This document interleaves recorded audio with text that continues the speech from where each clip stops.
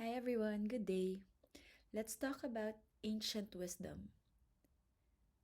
Okay, so when we talk about wisdom, it's truth, and when we say ancient, it's old, but also still relevant today. That's what makes it um, significant. Is it's not just relevant for one culture, for just one season, but it's truth that is always true, or it has been true for a long time. And we can even say that it has stood the test of time. That's why it's more true, it's more lasting, and perhaps we should focus more on those things. Right? So, whatever ancient wisdom we have regarding health, regarding character, regarding life, right?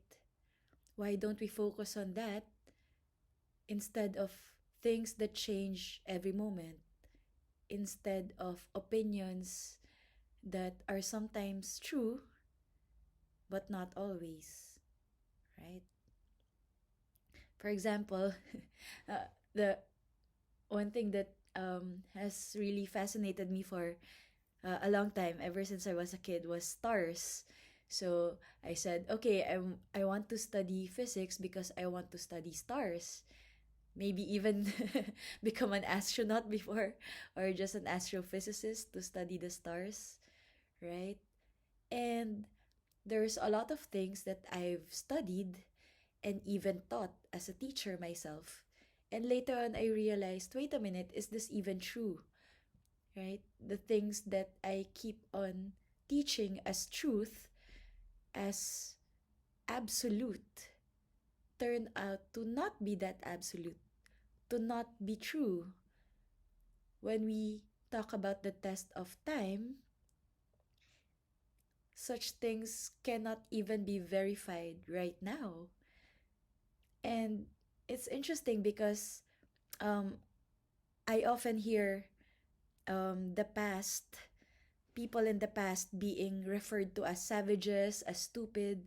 Like modern times, we are supposedly more advanced, wiser, smarter, right? Better in all aspects. And yet, can we even recreate the pyramids? Do we even know how? We often talk about dinosaurs, but when we have fossils in the museums and you ask them, are they really fossils? Actually, they are just replicas. Nobody has a complete dinosaur fossil, and they're not really displayed as such. When we talk about stars and we hear about, oh, this star is X% hydrogen, Y% carbon, silicon, whatever. How sure are we about those things? These turn out to be speculation and proofs that confirm themselves from the same people. Like they just verify themselves, but actually, we have no way of verifying.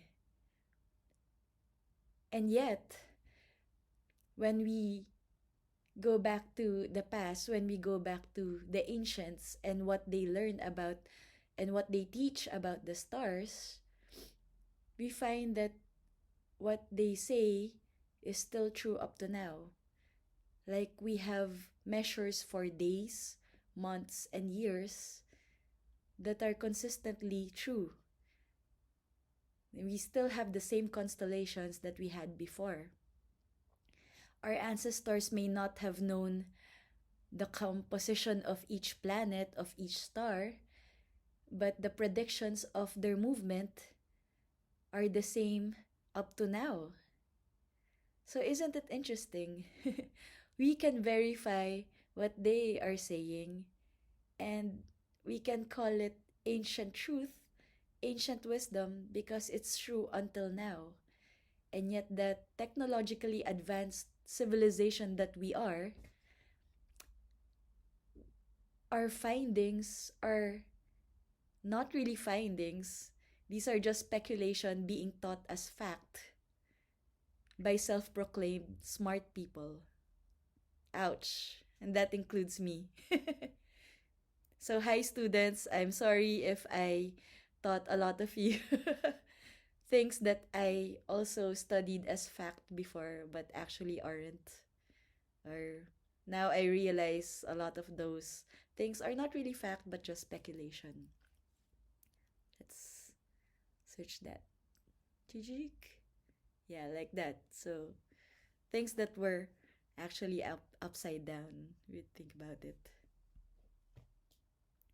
So, same for ancient books like the Bible. I love how relevant it is, even though it has stood, the test of time, like 2,000 millennia. It's so amazing that truths from before are still relevant up to now.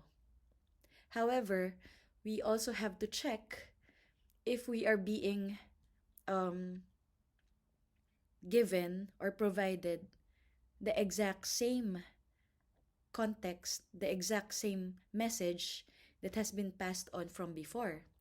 Because even within our lifetime, actually, the Bible has been undergoing a lot of translations, a lot of words are being changed. And you might say, well, they're just words. But if you go deeper, like if you're familiar with the novel 1984 and such things, those small changes um, could lead to major misunderstandings, right? And over time, even within one generation, you can see the major misunderstandings. And imagine the avalanche of um, wisdom being erased, truth being replaced with lies.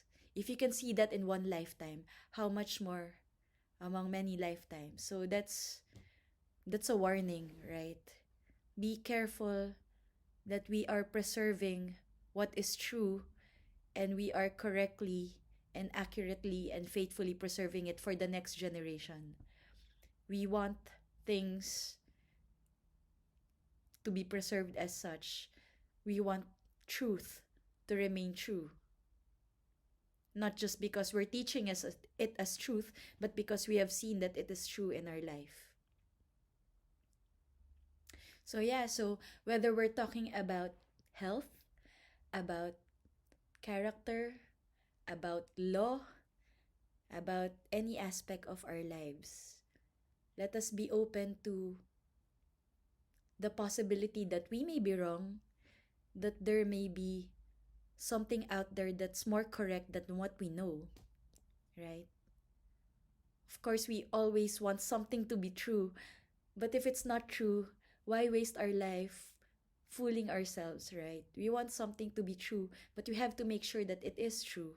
Or at least say, okay, this is what I know to be true to the best of my abilities. But if something else turns out to be truer, more correct, more accurate, then of course I'll believe that, right? That's the best way to go about life.